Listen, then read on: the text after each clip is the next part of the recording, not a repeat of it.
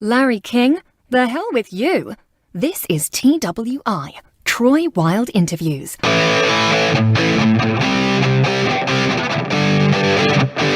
Charlie Rose, what are you, like 83? The hell with you. This is TWI, Troy Wilde Interviews.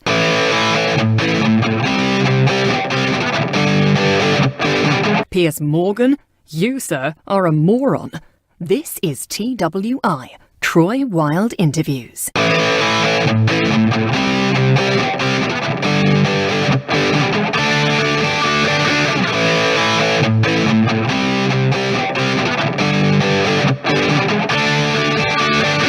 Thank you so much for joining us on this edition of Troy Wilde Interviews. This is episode 12, live on tape, digital tape from Phoenix. That's right. Today, comedian, comic, the very funny Andy Steinberg, his website, andycomedy.com. I've known Andy for a while from afar. That's right. I've been stalking Andy because he keeps turning down my phone calls and requests for dates. That's not true. I've seen Andy do comedy around Phoenix here. That's kind of how I know some of these guys pretty loosely.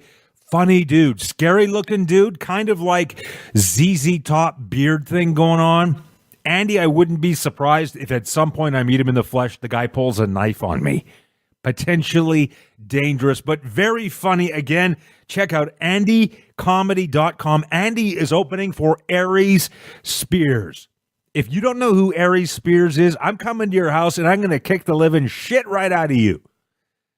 Google Aries Spears. This guy does the definitive, maybe the only impression of LL Cool J. He does an amazing Shaq. He does Eddie Murphy, Jay-Z. This guy, Aries Spears, I heard him say once, I think he was on Conan. He said that Jay-Z looks like Joe Camel, and he couldn't understand how Jay-Z got Beyonce. And I'm thinking, Jay-Z looks like Joe Camel? So I actually went and looked at Joe Camel, and he does. He does. Aries Spears, very funny. Andy, very funny, opening for Aries Spears all over the country, so check that out. With Andy, we talk about a couple of different things. A colonoscopy. Deadly. Colonoscopies can be deadly. Andy shares his story. I share mine. We also talk about the very funny Marc Maron. Andy hosted here at a club in Phoenix when Maron performed here late last year. Andy knows Maron like way before comedy. I just brought this up because Andy mentioned something about this club here, and I knew that Maron had performed here. Wow.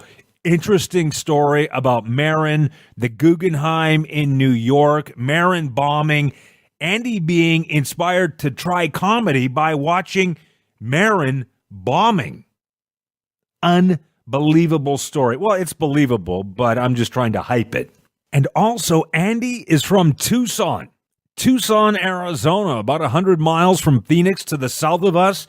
And man, the first question I asked him was, did you like living there? I mean, did you just love Tucson, Andy? I consider Tucson the home of the very reasonable dreams. I didn't enjoy it. I wanted to get out of there as soon as possible. That's basically the way that I can say it.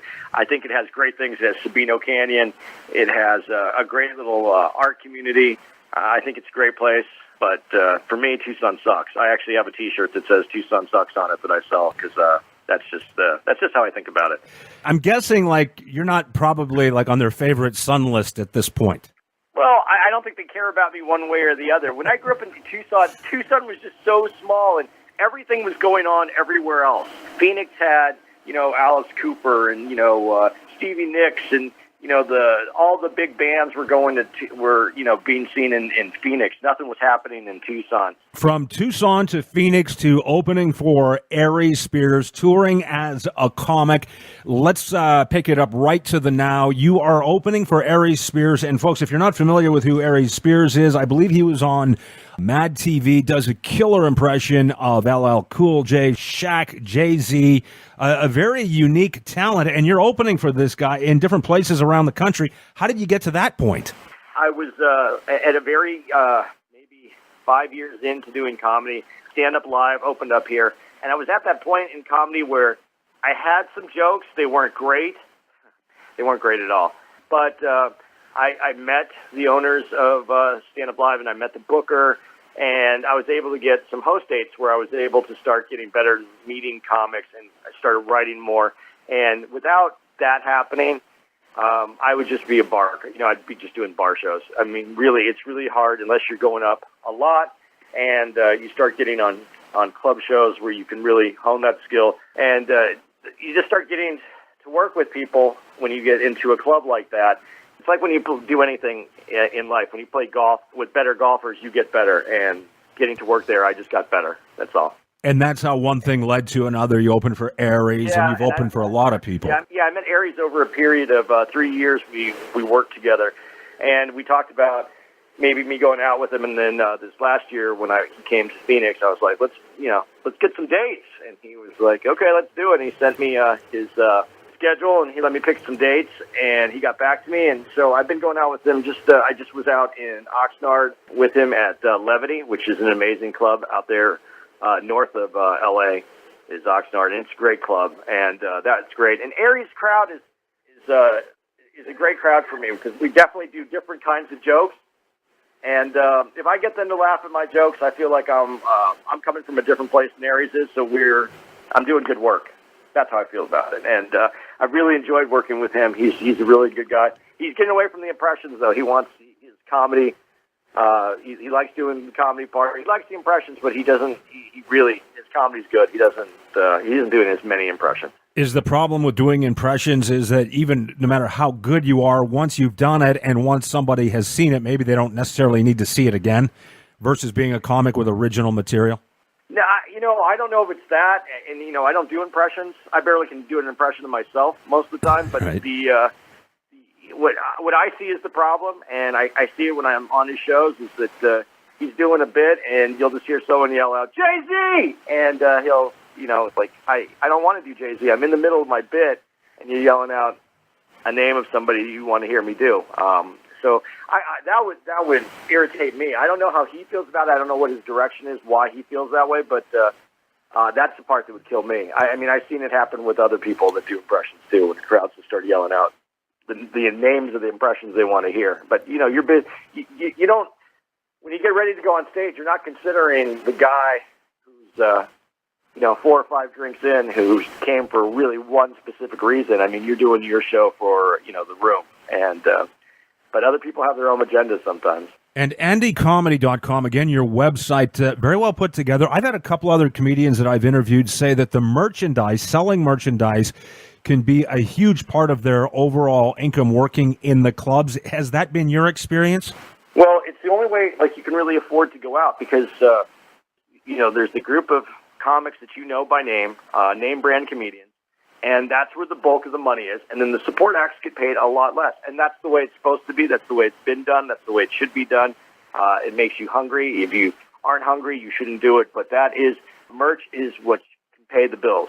I actually make a few dollars, and it actually allows me to be able to go out because when we're on the road, we don't necessarily have our hotels paid for. So all that money that you make selling merch may go just to your hotel. So it's not really about making money. It's about being able to afford just to go out on the road. Just to cover your own expenses, because they might say, here's $500 or $1,000 for the night, but it's going to cost you that much or maybe more just to go over there and feed yourself and clothe yourself and put yourself in a hotel or whatever. Put yourself in a hotel, the flights, that's all on you. So you have to, you have to spend that money. And merch is a good way to be able to afford to pay those bills. I heard Jay Leno say once that he would walk, when he was starting out in Boston, that he would walk into a bar, any bar, a biker bar, he would put $50 or $100 down and say to the bartender or the owner and say, you know what, I want to come back later and try some jokes. If I'm funny, you give me the $100 back. If the people laugh, you give me the $100 back. If they don't laugh, you get to keep my money. Maybe my point is, it's like, how much do you want it, huh? Yeah, well, it is about how much you want. It's different right now than during Leno's time. I mean, how many comedians were there nationally? I mean, real comedians. And right now, you might find that there's more comedians in L.A. than there were in the whole country during that time. Including New York. we're in a little different kind of atmosphere now. A lot more supply right now. A lot more supply, and comedy's in a boom. It's a big boom right now. There's a lot of people doing it. Phoenix has like I said, Phoenix has a great comedy scene going on right now.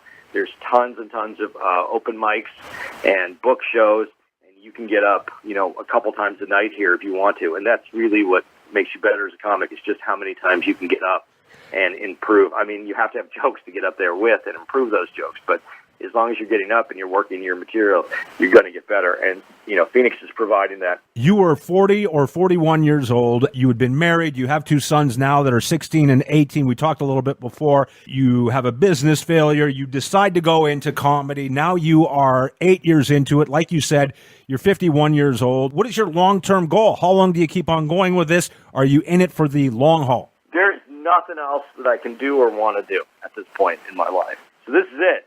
This is what I want to do. The long-term goal for me is to be able to pay my bills and live in New York. That would be the goal. That's the entire goal. It's a very simple goal. I don't think I'm ever going to be that name brand comic we talked about, but if I can make a living doing this, that's all I'm after. And I live simply. When I was married, I used to feel like we spent a lot of time on our house and looking like we were successful instead of being successful. And my whole goal right now is success has changed. So success for me will look like me being able to afford my bills and going on the road, working in a fraternity of really funny people. I enjoy the process so much of becoming a comic. The financial reward is second to the reward of getting to do this. Getting to hang out with comics and other funny people and people who have similar thought process and who are broken in similar ways makes this an amazing journey. I've heard Seinfeld describe the reason he started doing this, Comedians in Cars Getting Coffee, which is very successful now. It's coming to Netflix, is that he wanted to do a talk show, but he only wanted to interview people that he likes. And those are comedians. He even went as far as to describe himself as being somewhere on the autism spectrum because he's socially awkward around people who are not in comedy.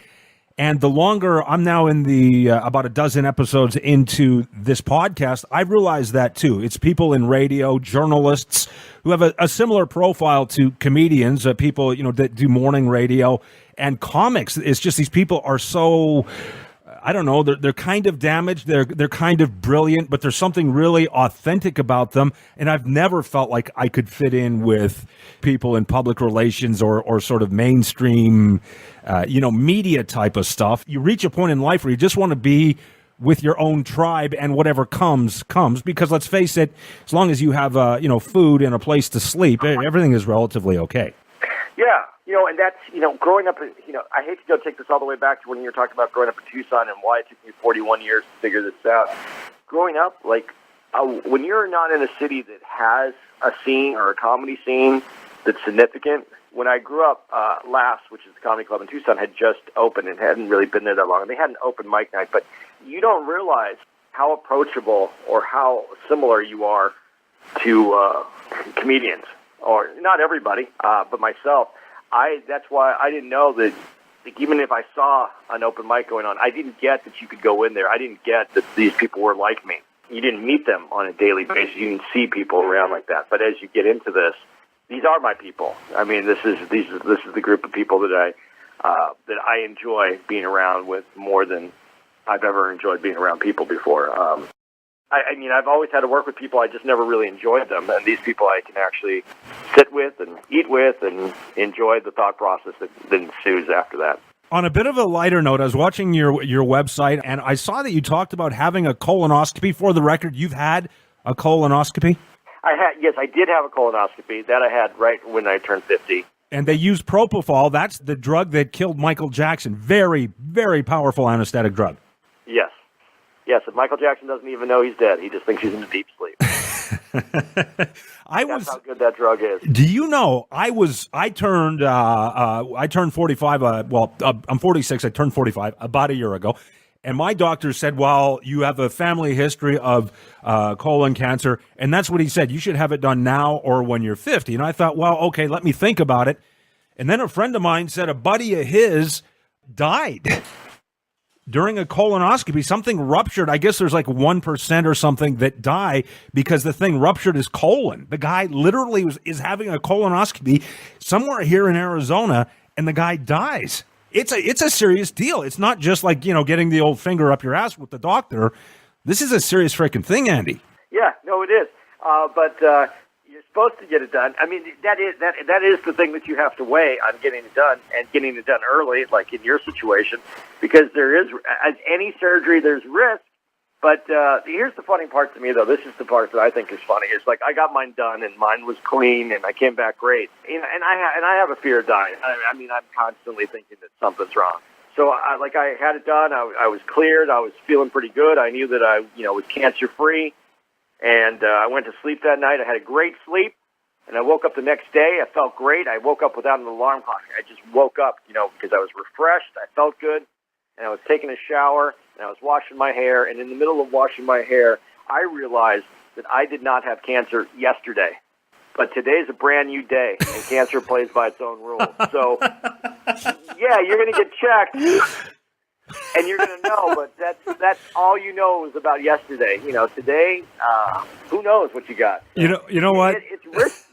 See, this is, man, the more I talk to you, the more I like you because I'm relating to you. I had a thing on my eye here about 2 months ago, and just below my left eye, and it was just, I don't know, it was like a pimple, like a zit. I go to my GP, then they refer me to Camelback Dermatology, and the guy says it's nothing. I'm saying, do we need to do a biopsy? I mean, I think there might have been a freckle there. I can't remember because I have this kind of boil thing below my eye on my face, but I'm the same way. If it's anything, I'm going to a specialist, man. I want to know. I want this shit. I had an anxiety attack about 3 years ago. I ended up having a full CT of my brain that cost me $3,500. I thought I had a tumor from dizziness. You were clean? Totally clean, yeah. Like you, I'm thinking, well, those cameras could be wrong. Once you turn 50, the warranty ends, okay? So everything falls off. And I started having low thyroid. And I felt this, enlargement in my thyroid. And I went to my doctor. And it took about 6 months. But my doctor felt it. And he goes, yeah, you definitely have an enlarged thyroid. It looks like you might have a little growth there. And I go, is it cancer? He goes, I don't know. And I go, well, are we worried about it? And he goes, I'm not. And I'm like... But I am. He goes, yeah, but it's nothing to worry about. He goes, we're just going to watch it for a few months. And I'm like, we're just going to watch it? And I'm like, he's like, yeah. And I'm like, well, okay. And so for the 3 months he was watching it, I was dying. But like he said, it turned out to be nothing. I mean, we just get older and we change. But in there's a lot of writing, and there's a lot of development for me going completely crazy, thinking that this is the end. And I don't mind the end. I really don't mind the end. I just don't want to know the end is coming that far out. Yeah. You know what? And as you talk, I'm thinking Richard Lewis really, he perfected that. He had issues with absolutely everything. But, at some point that the guy is neurotic. He would say, I'm neurotic. I think I'm dying. But on some level, he's maybe a 7 neurotic, and he takes it up to a 20 or 30 when he's up on stage. I don't know about that. I think he might be at that level in real life, and he just lets it come out on stage, and he keeps it a little bit more subdued in regular life. I don't know. I find that the person that I am on stage is really a lot closer to who I am in my head than I let people know. So, Andy, you mentioned that you're down there at Stand Up Live. Mark Maron performed there. Mark Maron is one of the most successful podcasters in podcasting history, and I know he performed there like last November. I think it was November, yeah. And Maron, he's about your age, and he has issues with his father, as do you, as do I. He has issues with his health, as do you, as do I. Guy has too many cats. What do you think of Mark Maron? Because you must relate to him at some level. Well, I never could get behind the cat thing. I'm definitely not a cat person. I like Maron a lot. He's very funny. He did great. He sold out all the shows that he had down at Stand Up Live, and I got to host for him. But the thing is, I've known Maron for years, way before I ever wanted to do comedy. I know him through my best friend. There's a relationship there, and so I used to occasionally be around Maron. And even when I was in New York once, we went to the Guggenheim together, and with Todd Barry, actually, before these guys were well known at all. These are years and years ago, and very interesting. That's a great moment in my life, walking around the Guggenheim with Marc Maron. But he's one of the reasons that I think that I actually did comedy is because at that time when I wasn't doing comedy, but I loved comedy, I just didn't get that I could do it. I was in San Francisco, and I went to go see him at Cobb's Comedy in San Francisco. We went down there, and Maron didn't have a great show. And this, again, is years ago, well before podcasts. And he had a really terrible show, and he didn't do well. And I don't want to say it was terrible. It just wasn't getting laughs the way that Maron gets laughs, and it wasn't deserved. The audience just didn't get him at all. And a lot of people, if I start to tell that story, they think, oh, because he was bombing, you think that's why you thought you could do comedy. That wasn't it. I watched somebody not do well, basically have a set that almost, we could call it a bomb set. But he never changed his personality, his character, his beliefs, who he was. He stayed in who he was the whole time. And I thought, after I saw that you could be a comic and you could actually deliver your opinion in a comedic way. And even if they don't laugh, you get to continue to do that no matter what. And I thought that is the most amazing thing ever. Thank you so much, Andy Steinberg, comedian, comic, funny dude. AndyComedy.com is Andy's website. Check out Andy's performance dates coming up. He's opening for Aries Spears. He works with big names. He knows Marc Maron. How cool is that? He knew Marc Maron before Marc Maron really made it. Marc Maron, if you don't know who that is, by the way, is a world-famous podcaster. He and Joe Rogan are probably the two most successful, most listened to, most downloaded independent podcasters. Very, very good dudes, and Andy fits right in with Marc Maron. They're just, if you watch Maron and you know who Maron is and you just listen to Andy, they could be comedy brothers because they're about the same age. And I think Andy made a pretty good point there about watching Maron bomb, but not changing who he is despite the agony of that type of thing and the pain. It intensified his resolve. So like someone said, courage isn't the absence of fear, it's facing your fears. And Maron has done that. And so many of us, me included, if somebody says, yeah, keep doing stand-up, but do it this way, and you'll sell more tickets and make more money, you're probably going to do that. And whether that means you sacrifice your integrity, I guess that's how you define sacrificing your own integrity. But Maron, hell or high water, stuck with who he is and is making a few $1,000,000 a year, at least. The guy's making $3-4 million a year with his podcast. With his audience, has to be doing that. Again, AndyComedy.com. Check it out. Andy, a very, very funny dude. This wraps up episode 12 of Troy Wilde Interviews, the broadcast quality podcast dedicated to interviewing comics all over the United States. And here is what I want you to do for me. No. Pull your pants up. No, seriously, you're embarrassing yourself here. Pull your pants up, okay? This is what I want you to... No, pull your pants up. Okay. I want you to have a great day, an awesome week, a fantastic month, a super year, and one hell of the rest of your life.